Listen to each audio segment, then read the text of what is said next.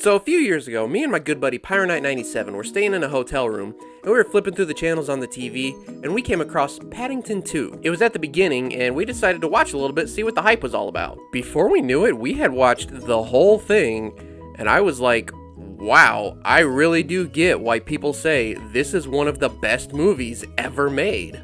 It was just nothing but likable charm the whole way through. So, did the director of that film, Paul King, bring that same charm to his latest film, Wonka?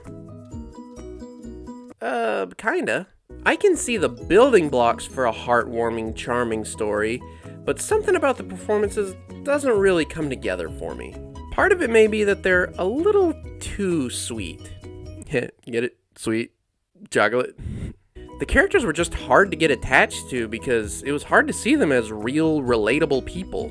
And this is especially a problem with the main character, Willy Wonka. You see, this is a musical prequel to the Roald Dahl book, Charlie and the Chocolate Factory. And Willy Wonka is a very established character that, yes, has been played differently across different film versions. Gene Wilder playing him a little more sarcastic and unhinged, and Johnny Depp playing him a little more... It's just weird.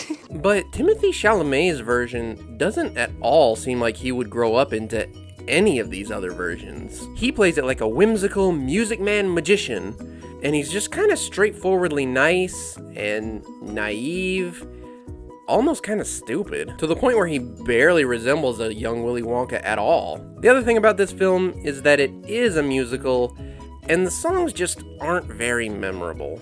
And there are some bizarre choices too. Like how they use the song Pure Imagination as the leitmotif for Willy Wonka's little orphan sidekick. Don't get me wrong, the musical numbers are enjoyable and well performed, but they just don't do much to stand out amongst the crowd of movie musical numbers.